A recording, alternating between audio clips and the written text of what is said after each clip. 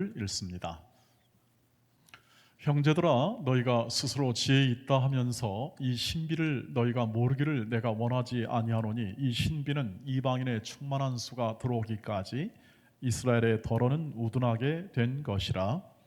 그리하여 온 이스라엘이 구원을 받으리라.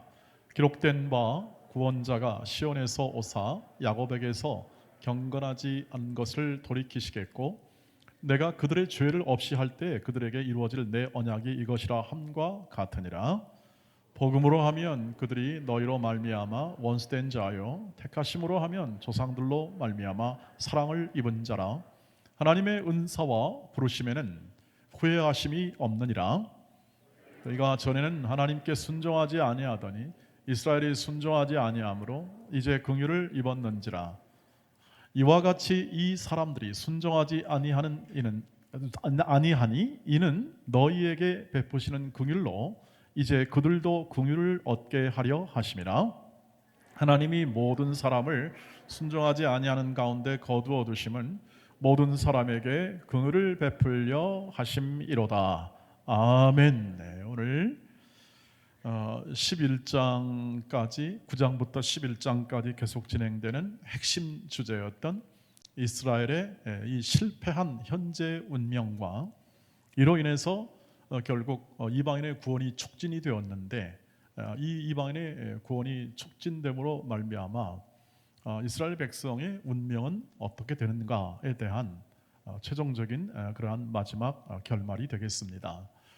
아시는 대로 오늘의 말씀 보듯이 나와 있겠고, 또 전에 우리가 계속 상고했던 말씀처럼 하나님께서는 틀림없이 이렇게 이스라엘 백성이 박차고 나간, 걷어차버린 이 구원의 문을 이 구원의 문을 통해서 결국 이방인이 그 구원의 문으로 들어오게 되었다고 말씀을 드렸습니다.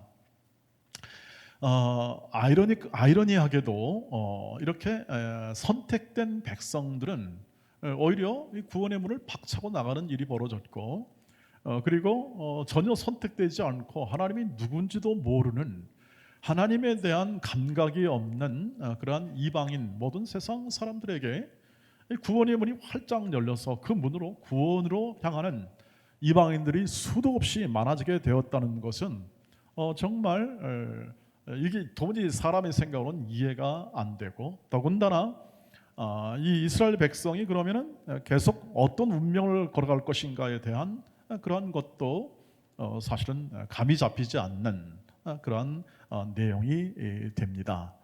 그러나 관심이 있을 수밖에 없는 것은, 신실하신 하나님이시라면, 하나님이 신실하시다면 하나님이 거두 그 신실함을 자신이 한 번 택한 백성에게 후회함 없이 이렇게 신실함을 나타내시는 하나님이시라면 어떻게 할 것인가에 대한 질문이 남기 때문에 결국 이스라엘 백성은 하나님의 구원의 회복이 있게 될 것이다 하는 그 결론에 이르게 되었다라고 바울이 증언을 해주고 있습니다. 그래서 이렇게 하나님의 백성이 실패하고 그 실패함을 통해서 오히려 이방인이 들어오고, 또 이방인이 구원받는 걸 보고 또 원래 선택된 백성들도 시기하게 되고 또 질투하게 되고 또 이런 일이 벌어지면서 결국 선택된 백성은, 하나님이 한 번 택한 백성은 버리지 않는다는 신실함 때문에 모든 이스라엘 백성이 아니라 하나님이 선택한 모든 백성들은, 이스라엘 백성들은, 참 이스라엘들은 구원에 이르게 될 거다 하는 것이 지나간 시간까지의 결론이었고, 바울이 생각해 보기에 이건 참 신비롭다, 하나님의 일하심이 정말 신비롭다, 그렇게 증언하는 것이 오늘 25절부터 나오는 이 사도 바울의 정말 감탄에 맞지 않는 하나님의 일하심이다, 이렇게 설명을 하고 있습니다. 그러면서 오늘 더하여 매우 중요한 하나님이 어떤 분이시냐에 대하여 또 다른 시각에서 하나님이 하신 일에 대한 풍성함을 우리에게 증언해 주고 있습니다. 30절 31절 말씀을 보시면 바로 그 하나님이 오늘 우리에게 베푸신 하나님의 큰 은혜가 나타나 있습니다. 같이 읽어보겠습니다. 시작. 너희가 전에는 하나님께 순종하지 아니하더니 이스라엘이 순종하지 아니하므로 이제 긍휼을 입었는지라. 이와 같이 사람들이 순종하지 아니하니 이는 너희에게 베푸시는 긍휼로 이제 그들도 긍휼을 얻게 하려 하심이라. 이렇게 합니다. 이제 이스라엘 백성이 실패했지만 다시 너희에게 긍휼을 베푸시는 것처럼 실패한 이스라엘 백성에게도 긍휼을 베풀어서 그들도 하나님의 구원에 참여하게 될 거다. 이렇게 말함으로써 하나님의 긍휼하심을 입은 백성들로 하나님의 긍휼하심의 인도의 손길 아래에 있는 그러한 모든 성도들로 우리를 표현해 주는 표현이 나오고 있습니다.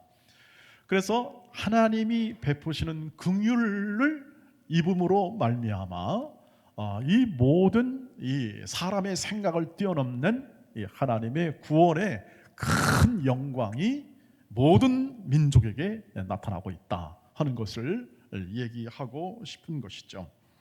하나님의 긍휼이니까 어떤 조건이나 어떤 자격에 어떤 가지고 있는 어떤 상황에 근거한 것이 아니라는 것을 말해줍니다. 긍휼이라는 것은 결국 하나님의 자비로우심을 뜻하는 그러한 표현입니다. 하나님의 mercy라고 하죠. 영어로는 mercy인데 그 자비로우심이 나타났다 이렇게 표현하여 구원의 풍성함을 설명해주고 있는 것이죠. 사실 말씀드린 대로 미리 선택받아 이렇게 불순종했던 이스라엘 백성이나 알지도 못한 채 계속 자기 길로 걸어갔던 모든 이방의 모든 백성들은 전부 다 하나같이 다 불순종한 겁니다.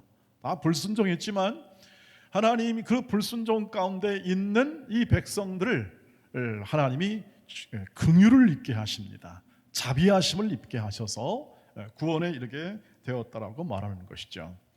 우리가 이 이야기를 들으면 기본적으로 이 자비하심, 긍휼하심 이것을 우리가 생각하고 그것을 이해하는데 이것이 조금 더 우리가 주의가 필요한 것은 뭐냐면 우리가 서로 긍휼을 베푼다. 우리 서로예요. 서로 관계에서 긍휼을 베푼다 하는 그런 차원을 넘어서는 긍휼이다 하는 사실을 이해해야 합니다. 무슨 말이냐 하면 우리는 하나님 긍휼을 베푸셨다 그러면은 딱 어디까지 고정하냐면 생각을 우리 나도 우리를 긍휼을 베풀지 않습니까? 또 사람과 사람들이 서로 긍휼을 베풀어서 그것을 연민하고 동정하고 그리고 자비를 베푸는 이런 이 자비 정도로만 생각을 하는 경우가 많이 있는데 여기서 말할 때 이 하나님의 이 자비로우심은 뭐냐면 하나님의 속성을 말합니다. 교리적 용어로 속성이다. 즉 성품이다 이렇게 얘기합니다. 성품이기 때문에 자연스럽게 그 하나님 안에 담긴 자연스러움이기 때문에 그 하나님의 모든 이 긍휼의 표현하심은 사람이 줄 수 있는 이런 이 한계가 있는 긍휼이 아니라 그 긍휼은 무한한 긍휼입니다. 하나님의 그 성품에서 나오는 자비이기 때문에 큰 사랑으로 나오는 자비이기 때문에 그것이 우리가 생각하는 정도가 아니라 온 피조물과 만물을 담을 수 있는 자비로우심이 바로 하나님의 긍휼입니다. 그러니 그걸 누가 이해하겠습니까? 그것을 누가 알겠습니까? 어떤 존재가 그것을 파악하여 그 하나님의 자비로우심을 드러낼 수가 있습니까? 그게 안 되기 때문에요. 하나님은 스스로 그냥 나타내십니다. 하나님의 뜻대로 나타내신다는 뜻이 바로 그 얘기죠. 사람이 이해할 수 없고 사람이 모든 것을 파악할 수 없는 그 관대함과 그 자비로움이 그 모든 인류와 그 모든 피조물을 다 담아 오늘 이 역사의 안에 살고 있는 사람들에게 나타났는데 먼저는 이 유대인들과 선택한 백성이요. 그리고 지금 그 과정 속에서 오히려 그 문을 박차고 나가는 그 구원의 풍성함을 박차고 나가는 그러한 사람들 그 문을 통해서 이방인들도 그 긍휼에 참여하도록 하나님이 열어주시고 하나님이 이루신다 하는 것을 바울이 지금 굉장히 강조하고 있는 것이죠. 여기에 하나님의 긍휼이 모든 것의 근원이 된다. 이 구원을 이루는 이 하나님의 긍휼하심, 긍휼에 풍성하신 하나님의 사랑, 다 같은 의미이고 한 분의 성품에서 나오기 때문에 이 긍휼만 표현하는 것이 아니라 성경 다른 곳에서는 하나님의 권능, 하나님의 지혜, 하나님의 모두를 포함하는 하나님의 영광, 이런 것을 표현하여 하나님이 가지신 성품의 무한함과 그 크심에 대하여 성경이 여러 곳에서 증언하여 우리가 은혜를 입고 우리가 구원을 받아 섬기는 하나님을 섬긴다는 것이 무엇인지를, 그리고 또 우리가 받은 구원이 얼마나 크고 놀랍고 광대한 하나님의 자비로우심이냐를 우리가 파악하고 알 수 있도록 오늘도 하나님께서 이 말씀을 통해서 우리에게 긍휼을 베푸시는 하나님으로 소개되고 있습니다.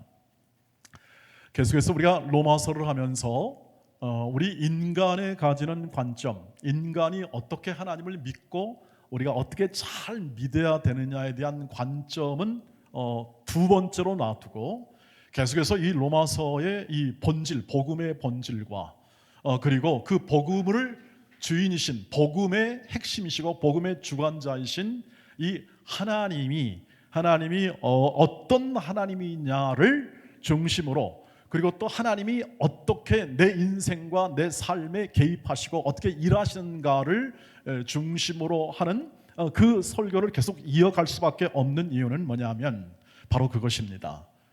우리의 힘으로 된 것이 아니라 하나님으로 은혜로 된 이 모든 구원이 우리가 생각하고 우리가 제한받는 이 이성으로 다 파악하는 것보다 어마어마하게 크고 훨씬 더 위대하고, 그리고 그 하나님의 그 크고 위대하시고 신실하신 하나님이 나와 내 이 작은 이 존재와 내 모든 삶에 우리가 살아가는 이 거칠고 험하고 모든 전쟁과 폭력과 지배와 힘이 역사하는 이 세계 속에서 하나님의 그 구원의 큰 영광과 은혜가 어떻게 역사하는지를, 어떻게 일하시는지를 우리가 더 굳게 잘 파악하고 그리고 이해하고 그것의 구원의 큰 영광을 따라 그 모든 것을 이루시는 하나님의 지혜와 권능이 뭔지를 이해하게 될 때 우리의 신앙, 우리의 모든 삶, 우리의 존재가 얼마나 크고 우리의 믿는다는 것이 얼마나 자랑스러운 것인가를, 얼마나 훌륭한 것인가를 생각하고 그리고 그 삶을 누리게 하기 위함입니다. 저와 여러분이 계속해서 이 로마서를 함께 나눌 때 함께 이 나타난 이 하나님의 크신 영광, 그리고 그 긍휼을 베푸신 하나님의 은혜를 입은 자, 즉 하나님을 아버지로 모시고 하나님을 섬기며 살아가는 자들이 얼마나 가장 이 세상에서 하나님의 목적을 이루는 소중한 존재인지를 계속해서 이해할 수가 있게 될 것입니다. 우리의 신앙은 그것이죠. 우리의 신앙은 우리의 모든 일로서 하나님의 영광을 드러내는 것보다 앞서 우리의 존재, 우리가 믿는 자로 정말 만물을 창조하시고 하나님이 주관하시고 오늘도 살아계시는 이 하나님의 일하심을 믿는 자로, 그래서 변함없이 이 하나님의 그 일하심과 신실하심은 하나님이 목적을 이루실 때까지 쉬지 않고 우리 인생과 이 세계 역사 안에서 일하시고 이루실 것이라는 믿음이 더 커지는 것이 우리의 신앙이 더 커지는 것이고 우리가 자라가는 것이며 우리의 모든 존재가 완성되어 간다는 사실을 저와 여러분이 기억하고 확실히 믿음으로 오늘도 그 은혜 안에 거하시기를 주의 이름으로 축원합니다. 그런데 우리가 이 긍휼의 그 풍성하신 하나님의 긍휼을 얘기할 때 좀 오해를 줄 수 있는 표현이 오늘 본문 안에 나와 있습니다. 그것은 11장 32절 말씀입니다. 11장 32절 말씀 보시죠. 시작. 하나님이 모든 사람을 순종하지 아니하는 가운데 가두어 두심은 모든 사람에게 긍휼을 베풀려 하심이로다 라고 되어 있습니다. 무슨 말입니까? 읽어보시면 하나님이 모든 사람을 불순종 가운데 가두어 두셨다. 그 이유는 긍휼을 베풀기 위해서다라고 그렇게 이해가 되어야 됩니다. 그러면 이게 우리가 생각하기에 가둔다라는 표현을 우리가 받으면 우리의 모든 이 삶에서 좀 얽매이고 무슨 이렇게 딱 짜여진 gun레, 이렇게 딱 얽힌 gun레라는 생각이 들 수밖에 없고, 하나님은 강압적으로 이 불순종하니까 좀 연약한 인간이니까 이렇게 불순종하며 일부러 몰아가서 이렇게 하나님의 긍휼을 짠 하고 나타나서 하나님의 긍휼을 나타내 가지고 하나님의 영광을 드리는 분인가라는 그런 생각을 할 수 있다 하는 그러한 말이 됩니다. 여러분, 하나님은 그런 분이 아니시를 압니다. 그런 분이 아닌 분을 알고 있음에도 불구하고 이렇게 하나님이 이 말씀을 우리에게 허락해 주실 때는 이 안에 담긴 목적이 있으리라고 생각합니다. 하나님이 이렇게 좀 좁은 분이신가 하는 의심을 살 수밖에 없는 표현이 나오고 있는 것이죠. 이 가둔다라는 것은 말씀드린 대로 제한을 두고 한계를 두고 선을 긋는 것입니다. 그래서 그 안에 딱 하는 것이죠. 딱 갇혀 있게 만드는 느낌이 납니다. 근데 우리가 성경에서 보면은 같은 용어라도 하나님의 관점으로 해석하라고 그러지 않습니까? 같은 용어라도 같이 이렇게 갇히다 혹은 제한되다, 속박되다라는 그런 표현을 써도 그 안에 담긴 하나님의 뜻과 목적에 따라서 그것이 어떻게 바뀌는지에 대해서 확인을 해야 합니다. 그래야 우리의 신앙에 모순이 일어나지 않습니다. 왜냐하면 이게 이해가 안 되죠. 하나님은 틀림없이 영광스럽고 권능이 있으니까 우리를 주관하실 그러한 권리가 있으신 분이신다. 그럼 강압적이신가? 강요하시는가? 아니면 딱 그냥 자유 없이 그렇게 딱 그냥 이렇게 제한되게 만드시는 그런 분이 아니신 걸 압니다. 이것을 이해하기 위해서 우리는 구약에 있는 말씀으로 돌아가 보면 신명기 8장 2절 3절에서 그 의미가 구체적으로 역사 안에서 표현됩니다. 함께 읽어보시죠. 시작. 내 하나님 여호와께서 이 40년 동안에 내게 광야 길을 걷게 하신 것을 기억하라. 이는 너를 낮추시며 너를 시험하사 내 마음이 어떠한지 그 명령을 지키는지 지키지 않는지 알려 하심이라. 너를 낮추시며 너를 줄이게 하시며 또 너도 알지 못하며 내 조상도 알지 못하던 만나를 내게 먹이신 것은 사람이 떡으로만 사는 것이 아니요 여호와 입에서 나오는 모든 말씀으로 사는 줄을 내가 알게 하려 하심이라고 됩니다. 광야 40년간을 신명기는 광야 40년간을 다 지낸 다음에 모압 땅 비스가 산에서 모세가 다음 세대, 이 광야 세대 출애굽 세대가 아니고 광야 세대라고 표현합니다. 이 다음 세대가 이제 가나안 땅을 목전에 앞에 두고 모세가 설교를 3편을 하는데 그 중에 한 편입니다. 과거에 있었던 하나님의 일하심과 구원하심과 현재 너희의 처지와 형편, 그리고 가나안 땅에 들어가서 앞으로 너희가 어떻게 해야 될지에 대해서 모세는 얘기를 하면서 과거에 내 하나님 여호와께서 이 40년 동안을 광야길을 걷게 했던 것을 기억하라고 말을 합니다. 하나님은 이 광야 시절 40년간을 이스라엘 백성을 통해서 낮추기도 하고 높이시기도 하며 또 기적도 보이십니다. 만나와 메추라기를 통해서 기적을 보이시기도 하며 여러 가지 일들을 행하십니다. 왜 그랬을까요? 그것은 뭐냐면 사람이 떡으로만 살 것이 아니요 여호와 입에서 나오는 하나님의 말씀으로 사는 줄을 알게 하기 위함입니다. 깨우친다. 그러니까 경제, 우리가 먹는 문제는 경제예요. 요즘으로 말하면 너희가 이런 먹고 그것을 먹기 위해서 애쓰는 것만이 너의 인생이 아니라 진정한 너의 존재와 너의 인생의 완성과 모든 삶은 하나님의 말씀으로 된다. 하나님을 의지하고 하나님을 신뢰함으로 하나님과 동행함으로 된다는 사실을 알게 하도록 40년간을 이렇게 갇혀 있게 했다는 겁니다. 광야에 갇힌 겁니다. 광야를 벗어날 수가 없습니다. 왜? 광야를 걷게 했으니까. 그냥 길을 걷게 한다. 선을 줍니다. 율법의 선을 줘요. 율법이라는 하나님의 법을 줘 선을 딱 그어놓고 그 안에서 하나님이 어떻게 합니까? 테스트합니다. 시험합니다. 높입니다. 낮춥니다. 기적도 보여줍니다. 여러분 지금 우리 기적도 경험하지 않습니까?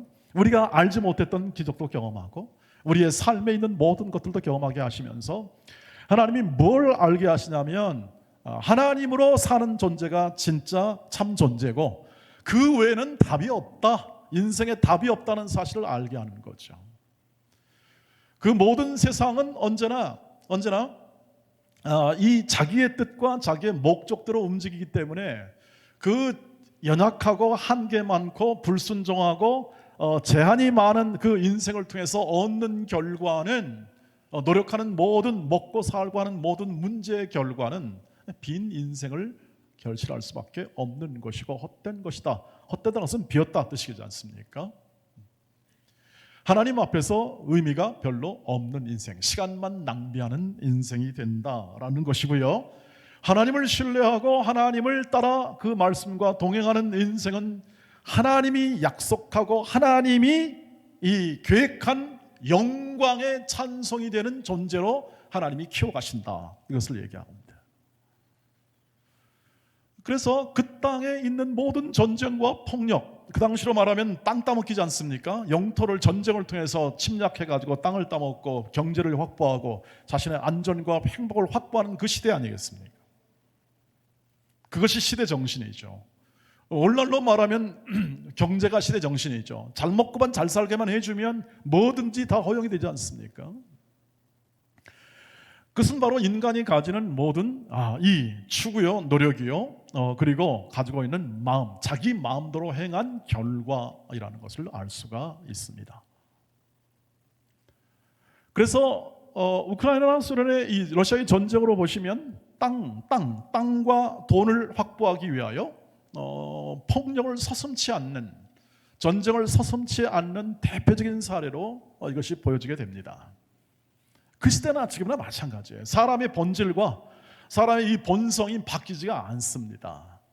뇌를 바꾸지 않는 한, 정신세계를 바꾸지 않는 한 그것이 바꿔지지 않습니다.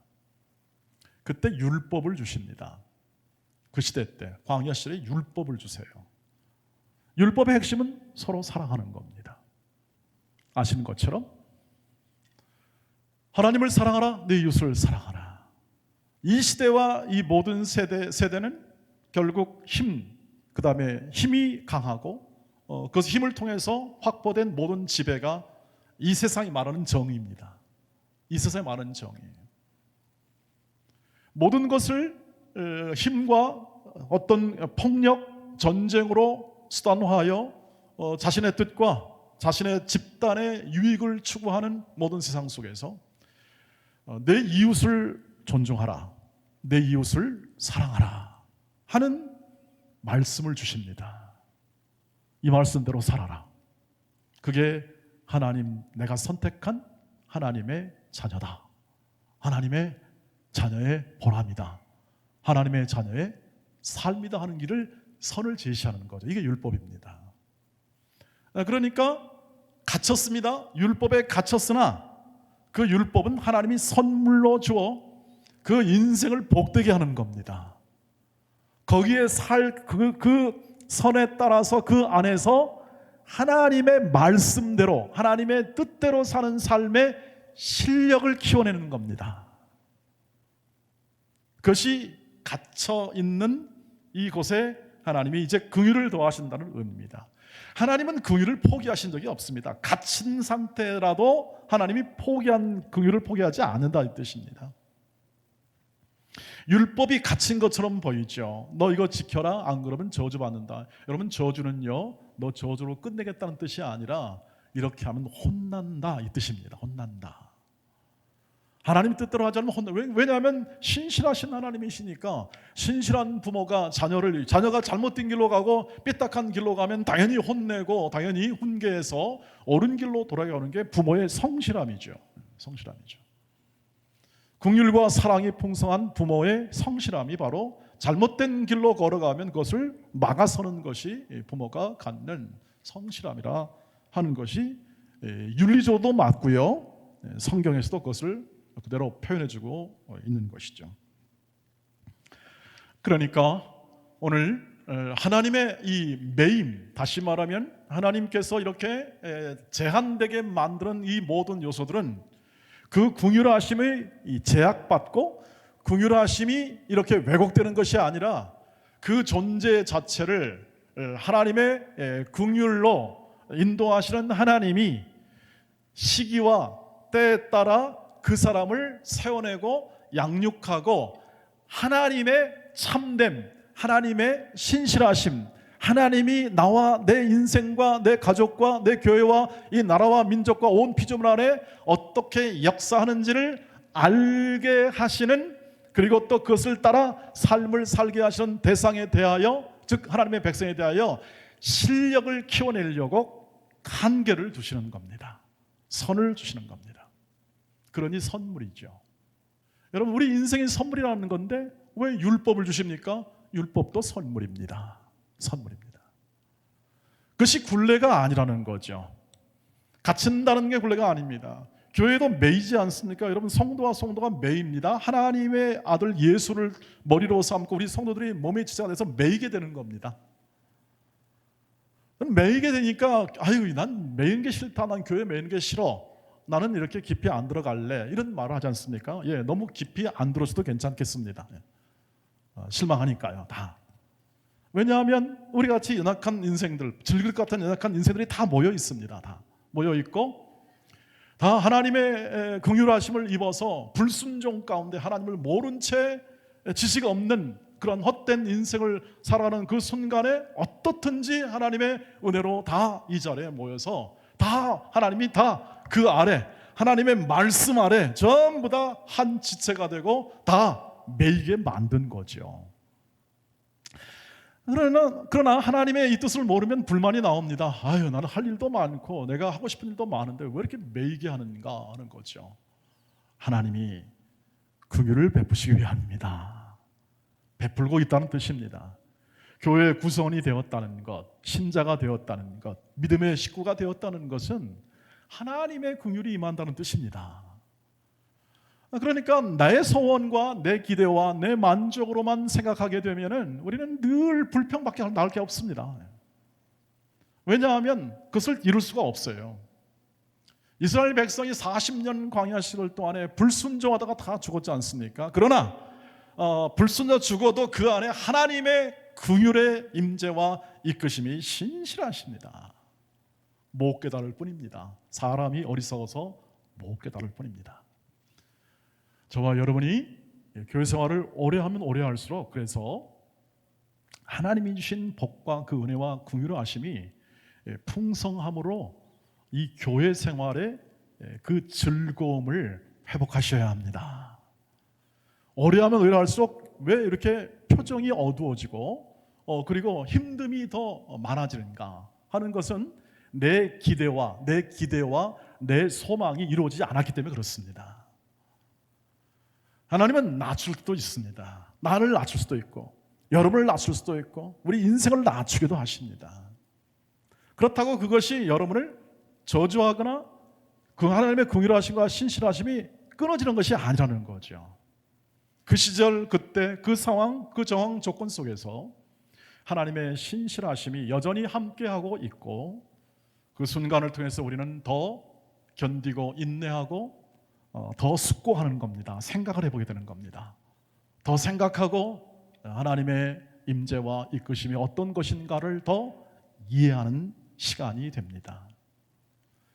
하나님이 시작하신 일은 실패함이 없습니다. 오늘 본문 29절 말씀 보십시오. 본 29절 말씀 보세요. 29절 앞으로 가시면 이렇게 됩니다. 하나님의 은사와 부르시면은 후회하심이 없느니라. 하나님은 후회하지 않는다, 이것을 말하며 이야기 아니라 하나님은 실패가 없다 이 뜻입니다. 한번 정하면 그렇게 된다. 하나님의 능력과 지혜를 얘기하고 있습니다. 하나님은 후회하시는 분이 아니시고 한번 정하시면 그 뜻을 그대로 말씀으로 그냥 말함으로 되니까, 말씀으로 딱 되니까, 있어라 그럼 있게 되는 거니까요. 능력과 그 지혜를 특별히 창조를 통해서 보여주지 않습니까? 하나님은 그렇게 분명히 하실 겁니다. 그래서 우리가 걸어가는 길 속에 우리가 후회할 일들이 있습니다. 우리가 잘못할 수도 있습니다. 그리고 우리가 걸어가는 길 속에 하나님 앞에서 우리의 기대와 소망만큼 이렇게 다 일이 이루어지지 않을 수도 있습니다. 아니, 더 많은 일이, 더 기대와 소망처럼 안 이룰 일들이 더 많을 수가 있겠습니다. 그러나 후회함이 없으신 하나님, 그 부르심에 실패가 없으신 하나님이 그것을 통하여도, 그 실패와 불순종을 통하여서도 하나님은 주의 긍휼을 베푸심으로 우리의 구원을 완성하십니다. 순간순간의 모든 기대와 소망이 아니라, 그래서 하나님이 이끄시는 하나님의 뜻을 따라서 이 고난과 내 기대에 차지 않는 이 현실의 삶 속에서 하나님, 주의 뜻을 이루어 주시옵소서 하는 우리의 믿음과 기도가 우리의 삶의 자세이죠. 순종의 자세라고 할 수 있겠습니다. 왜냐하면 환난은 인내는 연단은 구원의 소망을 낳습니다.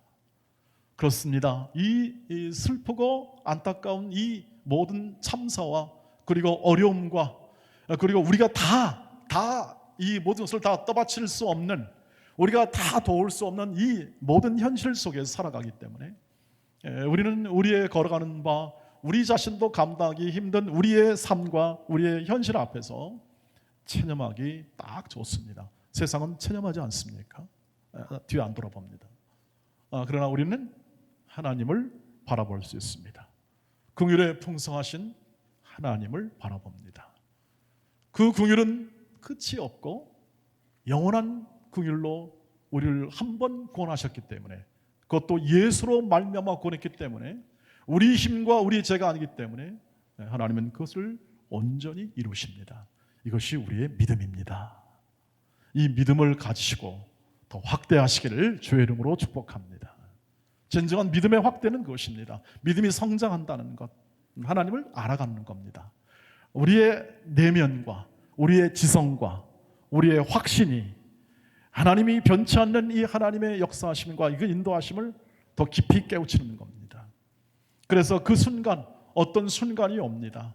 어떤 순간이냐면 하나님만 의지하는 것이 내 인생의 진정한 답이고, 하나님만 의지함으로 우리의 모든 순종이 이루어짐을 알게 됩니다. 세상을 무시하라는 말이 아닙니다. 세상을 경멸하라는 말도 아닙니다. 우리의 목표와 우리의 추구하는 모든 것이 다 헛되니 그냥 도와두라, 이 뜻이 아닙니다. 하나님은 그 긍휼을 따라 오늘도 우리를 구원하시고, 오늘 우리를 세워주시고, 우리를 하나님의 자녀답게 계속 이 광야길을 걷게 하시면서 우리를 길러내시는데, 하나님이 우리의 모든 가정을 세우시고 우리의 일터, 우리 일을 주십니다. 그리고 교회 안에서는 직분을 주십니다. 그 직분과 그 일을 주심으로 그 안에서 고난을 받습니다. 힘들죠. 힘들지 않은 일이 어디 있겠습니까?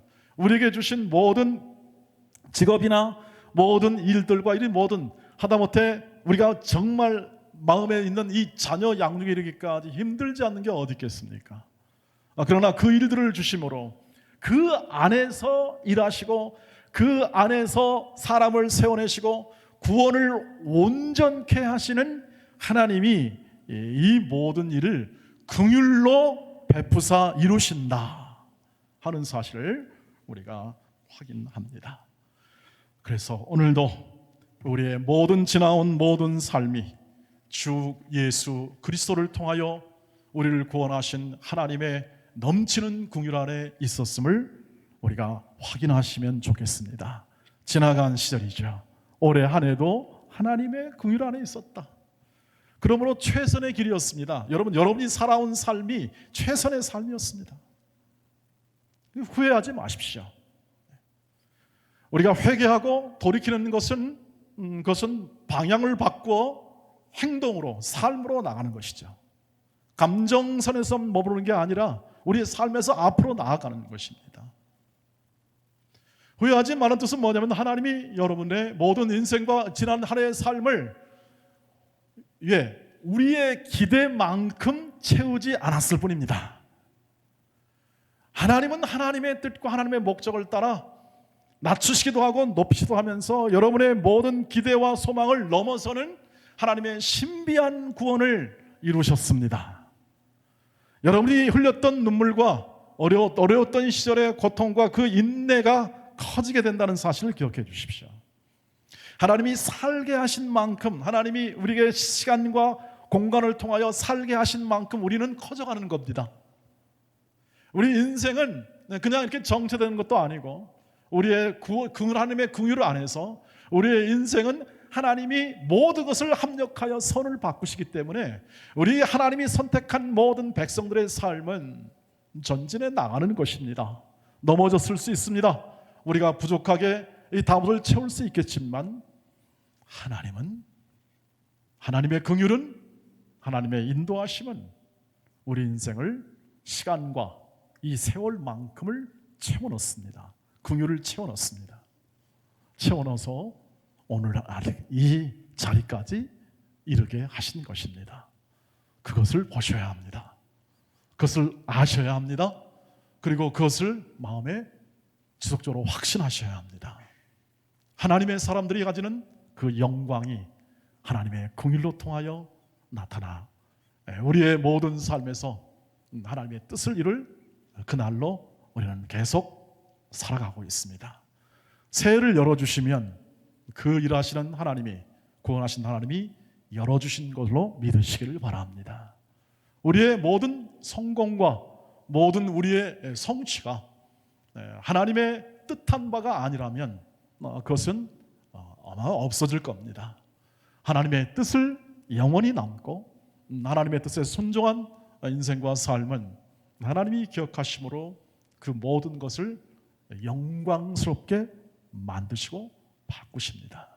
이 모든 삶에 하나님의 최선 열심히 담겨 있어 저와 여러분의 인생을 올해도 인도하심을 굳게 신뢰하고 하나님이 주신 모든 우리의 가정, 일터, 우리의 삶의 터전, 회사, 직장, 기업, 자영업, 그리고 우리 교회 있는 직분, 이 모든 것에 신실하신 하나님에 맞춰 순종함으로, 하나님의 말씀에 순종함으로 여러분의 순종을 풍성하게, 긍휼에 풍성하게 누리시고 나누시고 그것을 전파하는 귀한 하나님의 백성들로 이어가시기를 주의 이름으로 축복합니다. 기도하겠습니다. 자비하신 하나님, 영광의 하나님, 우리에게 긍휼에 풍성하신 하나님이 어려움과 슬픔과 고난 속에서도 우리를 지켜주시고 그리고 저희를 살게 하시며 더 커지게 하시며 더 영광의 그날에 이르는 소중한 열매를 맺게 하셨으니 주여 감사합니다. 이후의 모든 살은 삶도 더 열심히 할 수 있게 하옵소서. 더 잘할 수 있도록 지혜를 주시옵소서. 하나님의 말씀에 순종하여 하나님의 자녀의 영광됨과 우리를 세워주시는 이 하나님의 역사하심에 발맞추어 그 구원의 신비함과 그 능력의 풍성함이 각자의 삶과 인생과 모든 가정과 일터와 모든 삶 가운데 충만하게 하옵소서. 예수님의 이름으로 기도하옵나이다. 아멘.